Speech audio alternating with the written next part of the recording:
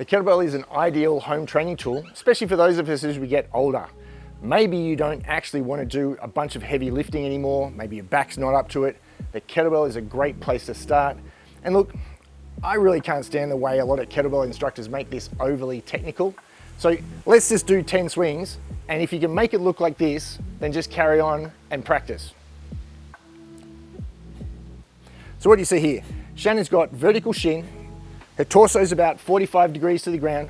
She breathes out on the upswing, breathes in on the downswing, kettlebell goes back between the legs, and when she's done 10, it just goes back on the ground the exact same way she picked it up.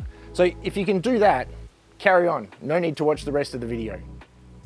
The first step in building the swing is the deadlift, because the swing is just a deadlift that goes to a different place. So what we're gonna do, we're gonna set up, Shannon's gonna have the bell roughly between her feet, so at least in line with her toes. She's gonna reach down to pick it up. The things we notice, Shannon's got vertical shins, her thighs and trunk are about 45 degrees each to the ground.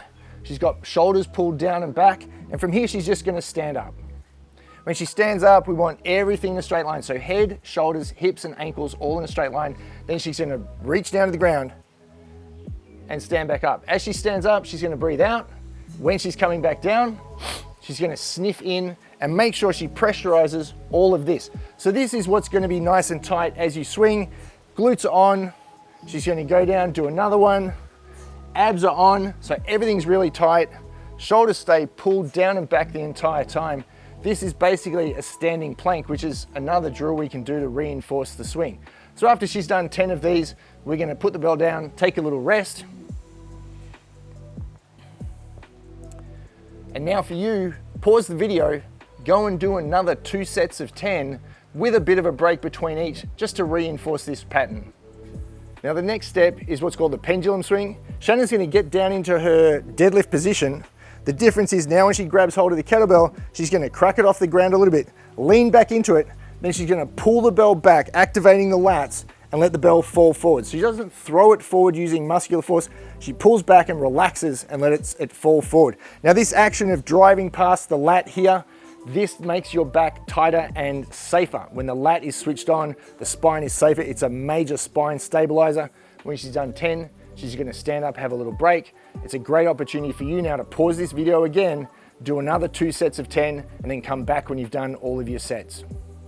The next step in building the swing is what's called the dead swing. So it's basically, it's a 2-hand swing, but each rep is a fresh rep. So it's a little bit like the deadlift in that each rep returns to the ground.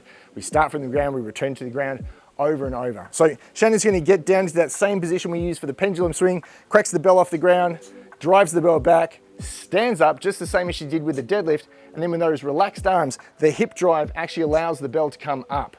In terms of how high the bell comes up, it's gonna come up somewhere around chest height. This is a little bit light for Shannon for demo purposes. You can see she's overpowering it a little bit. It's ending up about head height. She's gonna stand tall, just the same as if she was standing with good posture. No cranking your head forward, looking down at the ground. And you see each rep, glutes are switched on. And if I want to punch her in the stomach, I guarantee her abs would be switched on. She breathes out on every up rep. She breathes in when the bell goes back to the ground to repeat. And again, great opportunity for you to pause this video, go back and do another 2 sets of 10 of this before we move to the next drill. The next step, we're gonna go straight to 2-hand swings. Now Shannon, if you look at the distance behind the bell, is about the length of one of her feet away. So this is not a 30 centimeter, 12-inch foot, this is the length of one of your feet. And the reason is because you need to give yourself enough space to get into a good start position. So if you've got a weak start position, you'll have a weak swing. We need to make sure we're in a nice, strong position when we're ready to go. So 2-hand swings, she's gonna do everything she just did with the pendulum swing, but she's just gonna do a bunch of swings in a row now. Drive the bell down between your legs, breathe in on the way down, exhale as you stand up, glutes switched on, lats pulled down and tight, shoulder blades down and back, abs switched on each, exhalation at the top of each rep, bell goes back down the exact same way we picked it up with good form. Again, great opportunity. Pause the video, go and do another 2 sets of 10 to practice the 2-hand swing. The next step is single hand swings. Before you start, angle the bell towards your opposite foot. So you see the bell is pointing towards Shannon's right foot, which means she's gonna swing in her left hand. Nothing's gonna change. She's gonna bend down, grab the bell the exact same way as she normally would. And now as she does 1-hand swings, it's the exact same format as when you do two hand swings, you'll note that the bell comes down in the exact same position. Her body stays square, there's no rotation at all. This spare hand can be used to counterbalance you. You'll find it'll either go out to the side or it'll come up here across your chest, either is fine. And then she's going to turn to the side and we're going to do exactly the same thing on the other hand. And you see all the angles, all the positions of the one hand swing are exactly the same as for the two hand swing. We're just holding the bell in one hand versus two. Arms are straight at the top, good posture, breathe out on the exhalation, and everything is exactly the same. The final step in learning the swing is learning hand to hand. And the reason you need hand-to-hand swings is at some point you're going to want to change hands with the bell. So the hand-to-hand swing allows us to change hands and keep drilling this movement. So Shannon's going to start just the same as for the one-hand swing.